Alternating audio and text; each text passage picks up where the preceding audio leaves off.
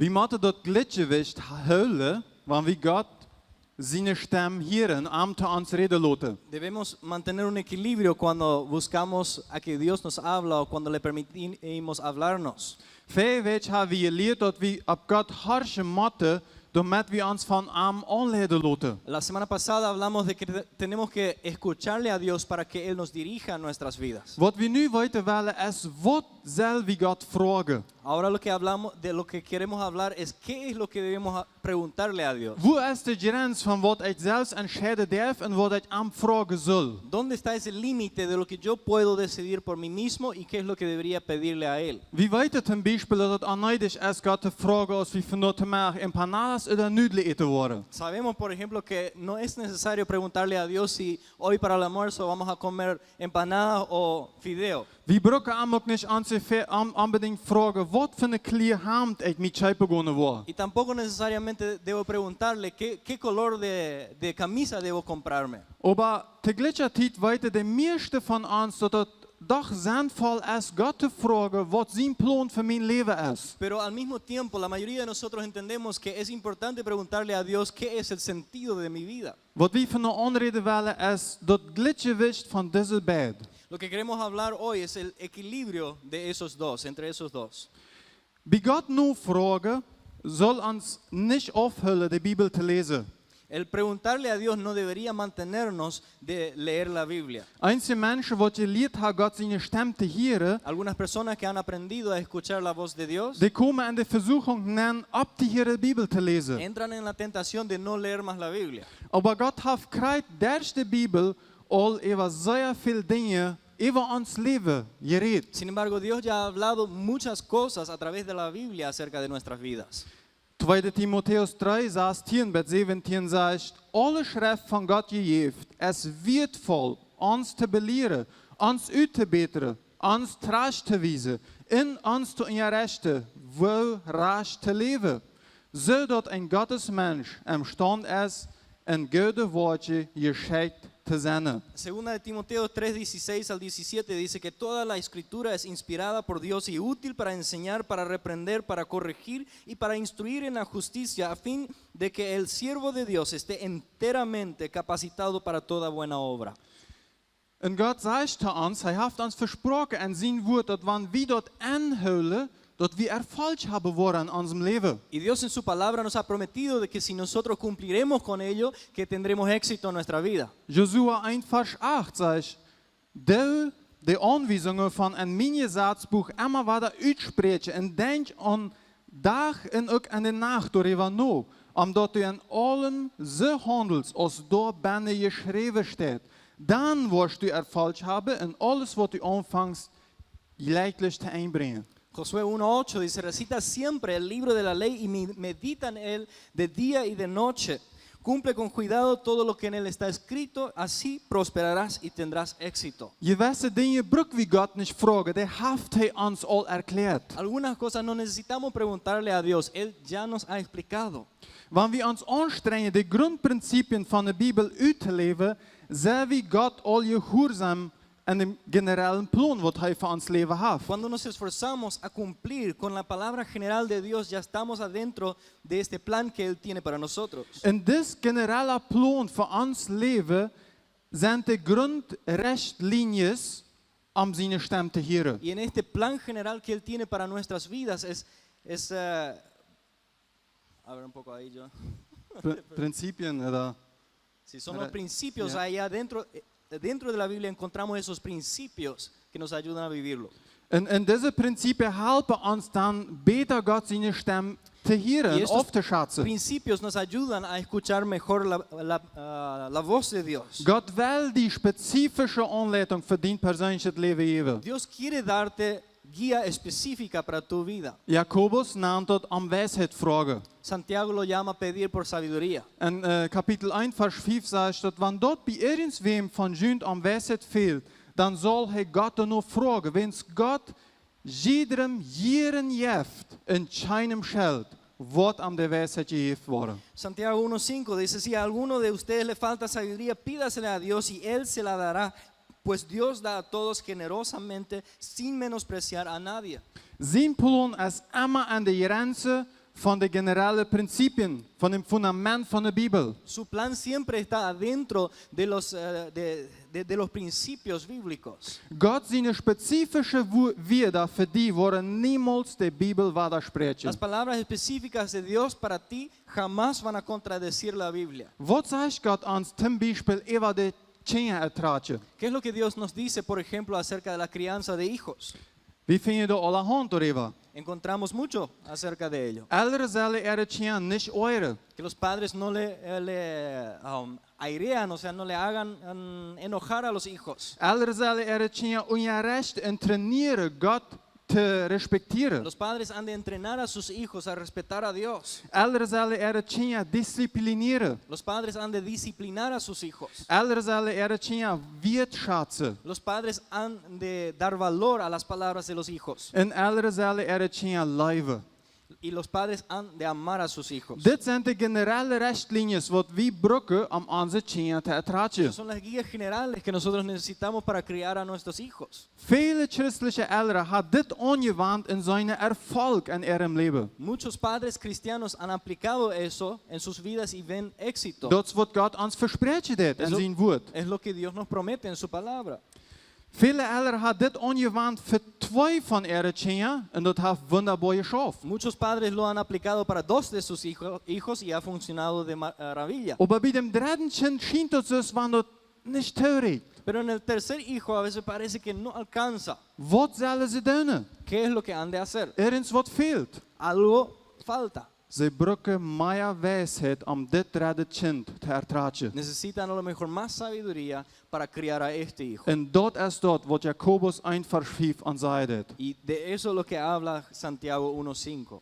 God zijn geest wordt niemals zijn enig opgeschreven woord widersprechen. El Espíritu de Dios jamás va a contradecir su propia palabra escrita. Wanneer du een woord hier deest, Si tú escuchas una palabra en dat zegt wat anders als wat het in de Bijbel y zegt, dice algo diferente de lo que dice en la Biblia, dan is dat niet God zijn stem wat te die reden deed. entonces no es la voluntad, no es la voz de Dios que te habla. Dan is dat entweder die ene janker, Entonces es o tu propia voluntad, of dat is de duivel o zelfs. tu propio deseo, o es el enemigo mismo.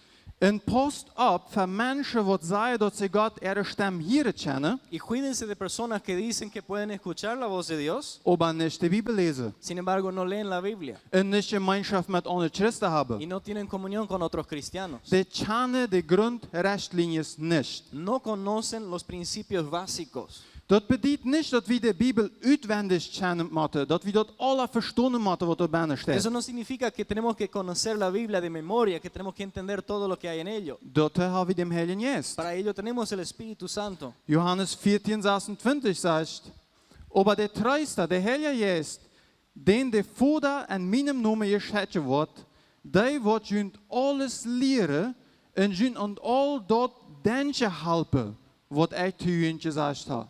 En Juan capítulo 14, 26 dice, pero el Consolador, el Espíritu Santo, a quien el Padre enviará en mi nombre, les enseñará todas las cosas y les hará recordar todo lo que les he dicho. Manchmal will Gott mit dir was tun, aber wenn du die Bibel falsch verstehst, kriegst du das nicht hin, verstehst du das nicht, was er will. A veces Dios quiere hacer algo con tu vida, pero porque no entiendes la Biblia, no estás logrando entender lo que Él está tratando de decirte. Dat is een Beispiel dafür finden wir in Apostelgeschichte 10 von Petrus. Un ejemplo lo encontramos en Hechos capítulo 10 de Pedro.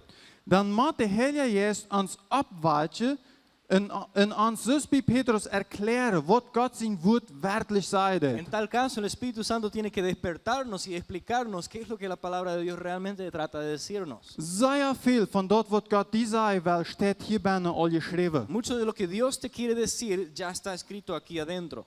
De niemals dem nummer 1 was, wie God te die reden deed, te ziet leiden. Nunca pongas al lado la manera primordial en la cual Dios te habla. Jeder dag Bibel lezen. Leer la palabra de Dios todos los días. Dag en nacht over God zijn woord nadenken. Meditar en la palabra de Dios día y noche. Bibelvers uitwendig leren. Memorizar versículos bíblicos. Predigte hartje in gemeenschap met andere gläubige mensen hebben. Escuchar prédicas y tener comunión con otros cristianos. Dat is dat fundament wat we alle bruggen. Es el fundamento que nosotros todos necesitamos. Gott seine Stimme zu uns, La der pala- auch nicht dem Rot von anderen Menschen ersatte. La voz de Dios para nuestras vidas tampoco reemplaza el consejo de otras personas. Wann wir nu leren Gott seine Stimme zu hören, Si ahora aprendemos a escuchar la voz de Dios, der wir wir nicht abhören nur Rot fragen bei anderen Menschen. eso no debe hacer que nosotros ahora dejamos de preguntar por consejo a otras personas. Gott hat uns so gemacht, dass wir uns gegenseitig brücken. Dios nos ha hecho de una manera que necesitamos el uno al otro. Wir haben alle verschiedene Gaben und Erfahrungen, die uns gegenseitig in Städte dienen. Todos tenemos diferentes dones y talentos con los cuales nos apoyamos el uno al otro. Sprüche 11, Vers 14 sagt, wo nicht rot ist, jet ein Volk unja. Aber wo viel Rotgeber sind, jet dort Geld tau. En Proverbios 11:14 dice, sin dirección la nación fracasa, el éxito depende de los muchos consejeros. Sprüche 12, Vers 15 sagt, ein Schassel sitzt seinen Wasch immer ausreicht. Wer aber rot annimmt, der es weiß. Proverbios 12:15 dice, al necio le parece bien lo que emprende, pero el sabio escucha el consejo. Dort bedeutet, dass wir demütig sein sollen und rot annehmen müssen. Eso significa que hemos de ser humildes y tomar también consejos. Rot von unserem Ehepartner, Recibir consejo de nuestro cónyuge, unserem Mitarbeiter. de nuestros compañeros de trabajo. Rot von Büchern, die wir lesen, oder Seminare, wo wir mitmachen. Consejos de libros que leemos o seminarios donde participamos. Und sogar Nicht-Christen, die viel Erfahrung auf ein bestimmtes Gebiet haben, können uns Rot geben. Y aún no cristianos que han tenido una buena formación en cierta área pueden darnos consejos. Dat Leben ist zu kort, um alles selbst auszuprobieren. La vida es muy corta para descubrirlo todo por nosotros mismos. Wir haben nicht genug Zeit, all die Fehler nochmal zu machen, was all die Menschen alle gemacht haben. Nosotros no tenemos el tiempo para hacer todos los errores que los demás han hecho. Und dann nur all die Fehler noch versuchen, Gott sein Wille für uns Leben Y auszufinden und auszuleben. luego, después de todos esos errores, tratar de encontrar todavía la voluntad de Dios. Gott redt so hervorragend, dass dem Rot von anderen Menschen wollen dort nicht ignorieren. Dios a menudo habla a través del consejo de otras personas, no lo ignoremos. Unsere eine Logik, der wir nicht vergeten. Tampoco hemos de olvidar nuestra propia lógica. Was ist Logik eigentlich? ¿Qué es lógica? Logik ist verstehen, wie das Leben funktioniert. Tener lógica significa entender cómo la vida funciona. Und dort findet man uit, meistens der Stadt, was man erlebt hat. Y eso normalmente uno lo encuentra a través de lo que uno experimenta, de lo que uno vive. Manche Menschen nennen das auch Naturgesetze. Algunas personas también lo llaman las leyes de la naturaleza. Beispiele dafür würde sein, Unos ejemplos serían hart arbeiten, es gibt die besseren Resultate als viel sein. trabajar duro te da mejores resultados que ser perezoso. Schlechte finanzielle Verwaltung wird die arm machen. Una administración mala en la economía te va a llevar a la pobreza. Te lang ohne Schutz und Sonne zu sein, kann die krank machen und sogar die Schrift fördern. Estar por mucho tiempo en el sol sin protegerte te puede enfermar, incluso te puede dar cáncer. Te viel Alkohol kann die abhängig machen und krank machen. Demasiado alcohol te puede volver volver un dependiente y te puedes enfermar.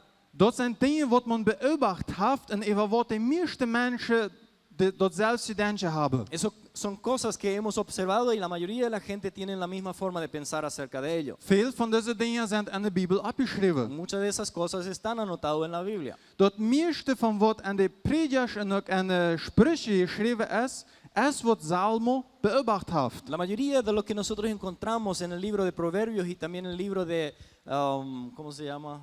De Eclesiastés, gracias. Es muy diferente en inglés y en alemán otra vez. En Eclesiastés, la mayoría de lo que está ahí ha sido escrito a base de lo que ha observado el escritor. Sprüche 24, 32 sagt, ich bescheid dort und dacht darüber nach. Ich nehm eine Lehre von, was ich da sag. Proverbios 24:32, él escribía, guardé en mi corazón lo observado y de lo visto saqué una lección. Einige Menschen glauben, sie brauchen nicht mehr logisch denken, wenn sie Gott seine Stimme hier kennen. Algunas personas piensan que no hace falta pensar lógicamente si escuchan la voz de Dios. Sprüche 3, 21 und 23 sagt, mein Kind, hol die an der Weisheit, tschitsch immer da no die Sache und verzekerd te verstonen. Dan wordt die zeker die een waas gone en wordt die niet de feit stette. Ok, yo solo tengo 20. Ok. Proverbios 3, 21 y 23 dice, Hijo mío, conserva el buen juicio, no pierdas de vista la discreción. Podrás recorrer tranquilo, así podrás recorrer tranquilo tu camino y tus pies no tropezarán. We zullen ons aan de wijsheid hullen en verzekerd de zaken te verstonen, damit ons niets passiert. Hemos de aferrarnos por la sabiduría y buscar entender las cosas para que no nos ocurra algo. Dan waar we zeker leven en ons verdammheden schützen. Así vamos a vivir seguro y nos vamos a guardar de tonterías. Zum Beispiel sollst du so klug sein und nicht einfach deine Arbeit liegen lassen und mit deiner Familie noch eine andere Stadt ratschen. Por ejemplo, deberías ser tan sabio de no simplemente dejar tu trabajo y con tu familia mudarte a otro lado sin prepararte. Und dann von Gott verlangen, dass er für die Sorge wird. Y después pedirle a Dios que Él provea por ti. Dat wordt dan zijn als familie voordat die ene familie en je voor te zaten zo staat. Sería tonto de parte de un padre poner en peligro a una familia de esa forma. Manchmal, en dat betekent zeer selten, maakt Gott eine Uitnahme. A veces, pero muy raras veces, Dios hace una excepción. En dat nennen we dan een Wunder. Y eso lo llamamos un milagro. Wenn es dat wat buiten gewöhnlich is. Porque es algo extraordinario. Wenn Gott so eine Uitnahme maakt, ist dat aber immer damit hij oder seine Gemeinde verherrlicht wird. Pero cuando Dios hace una excepción como esa, es siempre para que Él o su iglesia sea exaltado. Wir sehen dat im Leben von Abraham, Mose, Josua, Lo vemos en la vida de Abraham, de Moisés, de Josué, David und Paulus. David y Pablo. 2 Samuel 5, Vers 12 sagt, en David sagt dort, dat de haar arm had als tjennis over Israël gezegd. Hij zegt ook dat de haar dat rich groot moek, weien zijn volk, de Israëlieten. Dice en 2 Samuel 5:12, dice, con esto David se dio cuenta de que el Señor, por amor a su pueblo, lo había establecido a él como rey sobre Israel y había engrandecido su reino. Paulus heeft ook vele wunder erlebt, weien de mensen. Pablo también experimentó muchos milagros por causa de las personas. 2 Korinther 12, Vers 12 zegt, al dat wat een apostel uittekent, es mank junt, der tetens een wonderwoordje en alle geduld passiert. 2 Corintios 12:12 dice, las marcas distintivas de un apóstol, tales como señales, prodigios y milagros, se dieron constantemente entre ustedes. Dat is waarom zoveel wonders in de Bijbel met de leiders passierden. Por eso tantos milagros ocurrían ahí con los líderes. Wenn es niemals für die Person selbst wird das Wunder, sondern immer für die anderen Menschen. Porque el milagro no era para la persona en sí, sino para toda la gente. Manchmal maakt Gott ook dan een uitname. A veces Dios también ahí hace excepciones. Damit deze mens zijn vertrouwen was ze dit. Para crecer la confianza de esa persona. Aber waarom damit die mens een grotere opgave overnemen kan. Pero de nuevo para que esa persona pueda agarrar una tarea más grande. Manchmal maakt hij uitnames om deze mensen voor nog een zwaardere tijd voor te A bereiden. veces hace excepciones para preparar a estas personas para un tiempo más difícil. Wenn so eine Uitnahme passiert, so ein Wunder passiert, ist dort immer Gott, der dort anfängt, Si una nicht ex- wie Menschen. Si hay una excepción como esa que ocurre, un milagro como eso, entonces siempre es Dios y no son personas. Einige Menschen nennen dort einen Schritt im Glauben zu machen, aber was sie wirklich tun, ist Gott herausfordern. Algunas personas dicen que hacen un paso de fe, pero realmente solamente le ponen a prueba a Dios. In Matthäus 4, 5-7 sagt der Teufel Jesus, dass er sich beweisen soll, indem er vom Tempel raufspringen wird. En Mateo 4:7 el enemigo le dice que se demuestre, o sea, sí, que se demuestra a sí mismo como hijo de Dios y salte del edificio, salte del templo. En hij zegt, am de engel word je die opvangen. Y él dice, los ángeles ya te van a agarrar.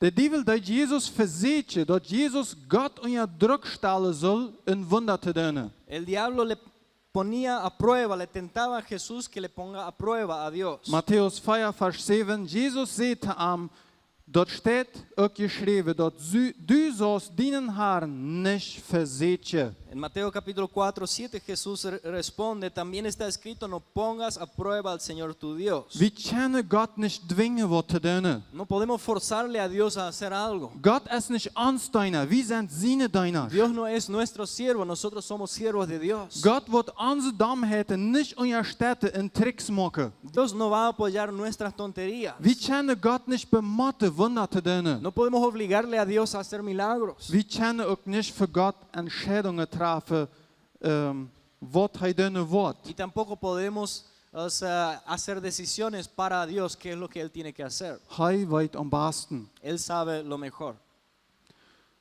Gottes Anleitung zu sehen soll niemals menschliche Autorität ersetzen. Buscar la dirección de Dios nunca debe reemplazar el someternos a las autoridades humanas. Einige Menschen glauben, dass wenn sie Gott seine Stimme hören können, dass sie sich nicht mehr letztlich unterordnen brauchen. Algunas personas piensan que si saben escuchar la voz de Dios ya no necesitan someterse a líderes.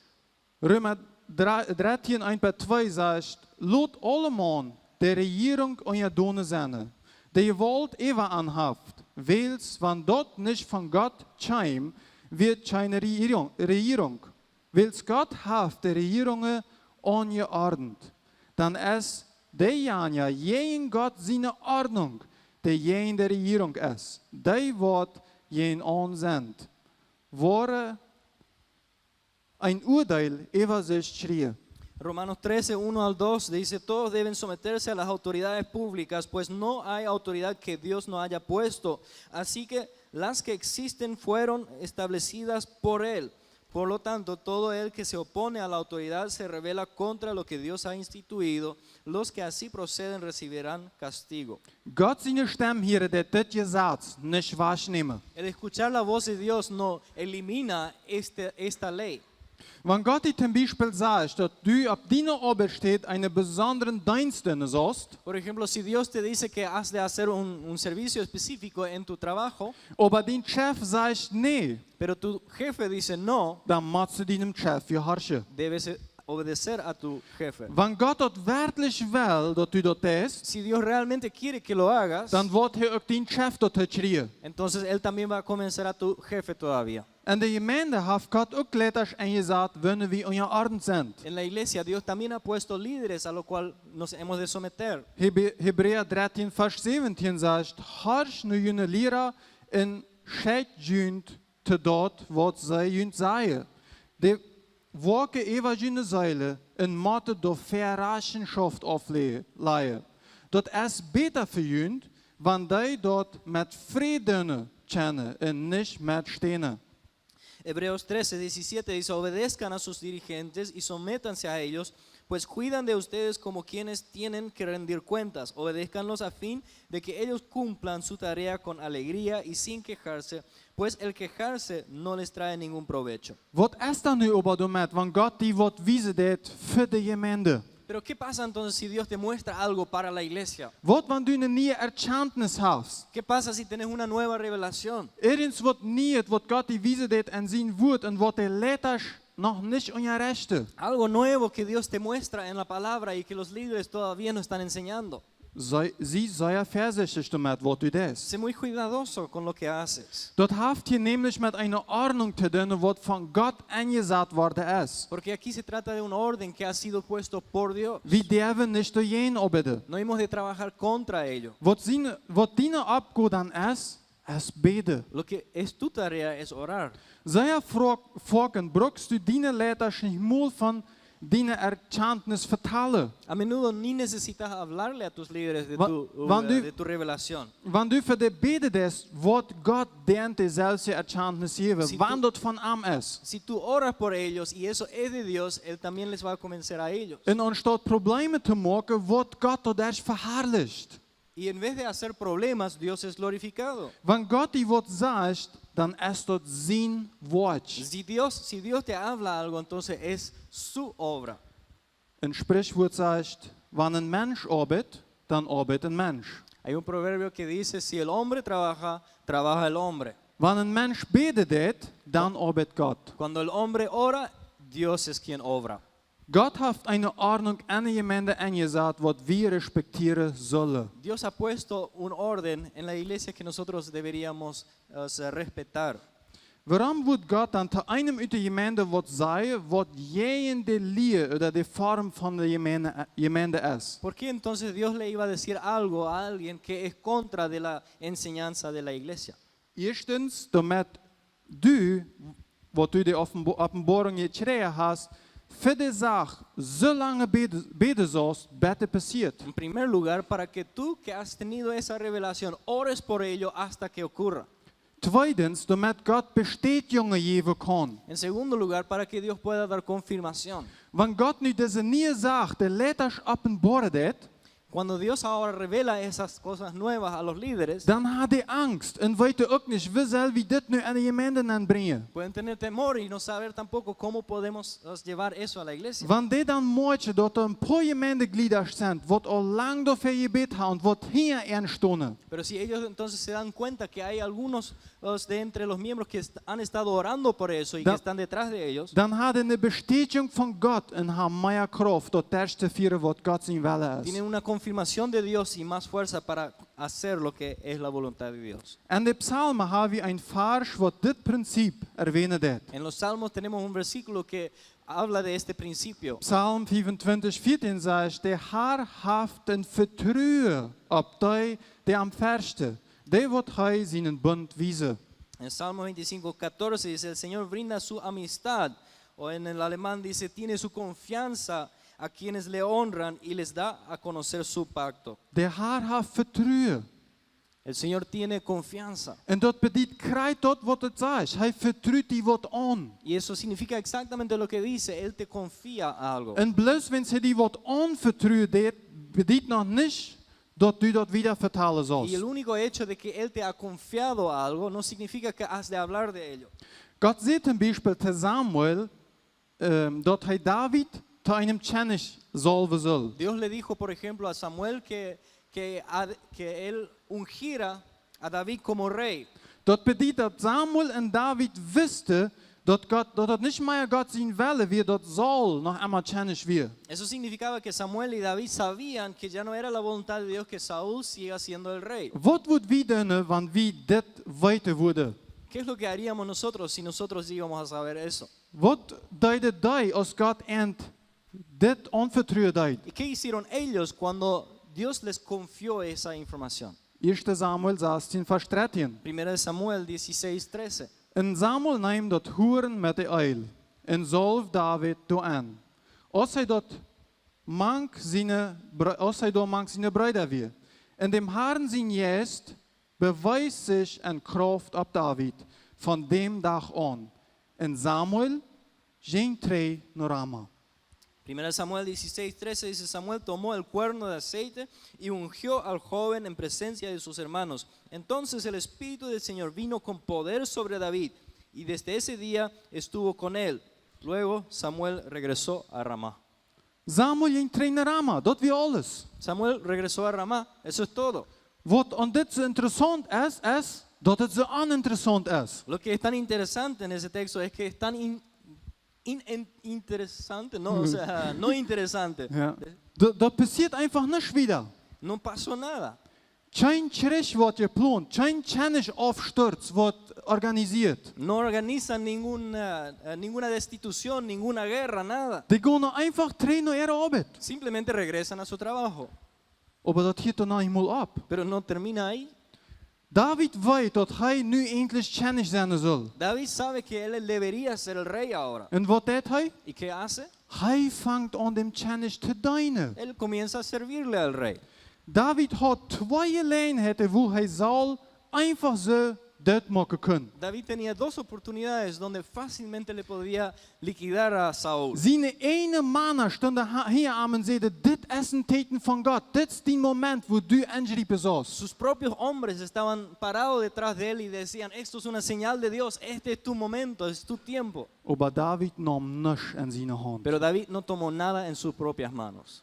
Dat deel van deze geschichte Lo contrario de esa historia vinden we in de geschichte van Jozef. lo encontramos en la historia de José. Gott gab Josef Träume über seine Zukunft und Josef verteilte einfach so wieder. A José Dios le dio sueños y José así mismo lo contaba a todos. Seine Brüder und seine Eltern waren sehr doll darüber. Sus hermanos y sus padres se enojaron con él por ello. Die waren neidisch dadurch. Ellos tenían envidia por ello. Vertrauten sich nicht mehr untereinander. Ya no se confiaban el uno al otro. Und da war Bitternis in der Y Familie. había amargura en la familia. Und die ganze Familie muss sehr leiden darunter. Y toda la familia tenía que sufrir bajo ello. Gott hat Josef nicht gesagt, dass das wieder vertellen soll. Dios no le había dicho a José para que lo cuente. Gott hat auch auf eine ganz andere Art und Weise diese Geschichte einbringen können. Dios también podría haber cumplido esa historia de otra forma. Und dann wurde das nicht so schwer und so schlimm für die ganze Familie und Gesellschaft gewesen. Y no hubiera sido tan difícil y tan duro para toda la familia y la comunidad. Bloß wenn Gott die Wort wiese det und sagt, bedeutet noch lang nicht, dass du das tun sollst. Solamente porque Dios te muestra algo y te dice algo, no significa que has de hacer algo con ello. Nicht ab diese Warnung zu herrschen, kann die sehr viele Probleme geben in dein Leben No escuchar esa advertencia te puede dar muchos problemas en la vida oder in dein Leben von deiner Familie und auch von deiner Gemeinde. o en la vida de tu familia o también en la iglesia. Ab Gott seine Stimme zu herrschen, ist kein Ersatz für die Autorität, die über die ist. El escuchar la voz de Dios no es un reemplazo para la autoridad que Dios te ha dado. Weil das Geschenk, Gott seine Stimme zu herrschen, nicht missbrauchen, sondern ehren. No vamos a abusar de este don de poder escucharle a Dios, sino que honrarlo. Weil das alles, was wir nu geredet haben und auch, was wir nu denken, an Gott seine Hände legen. Vamos a poner todo eso, lo que hemos hablado y lo que estamos pensando en las manos de Dios. Weil bitte. Vamos a orar.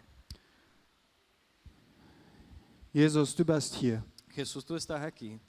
Wir danken dir, dass du zu uns geredet Te hast. damos gracias que tú nos hablas. Und wir haben nu ein klein bisschen dort angeredet, wie vorsichtig wir sein müssen. Y hemos hablado un poco de cuán cuidadosos debemos ser. Help du uns, das Gleichgewicht zu erkennen. Ayúdanos a encontrar el equilibrio. Help du uns zu sein, wie wir leben sollen. Ayúdanos a ver cómo hemos de vivir Unter deiner Leitung. debajo de tu liderazgo. Wir wollen immer mehr deine Stimme hören. Queremos escuchar más y más de tu voz. Du gibst uns so eine Kraft, wenn wir deine Stimme hören. Tú nos das tanta fuerza cuando te Und du escuchamos. hast so viel Macht dahinter, wenn du einen Plan machst und den ausführen wirst. Hay tanto poder detrás de los planes que tú haces. Und wir wollen Teil davon Y sein. queremos ser parte de ello. Aber wir möchten das auch nicht missbrauchen. Pero no lo queremos abusar, Señor. Heiliger Geist, dass du uns helfen und anleiten daran. Espíritu Santo, ayúdanos y dirígenos. In deinem Namen beten wir, Jesus. En tu Amen. nombre lo oramos, Jesús. Amén. Amen.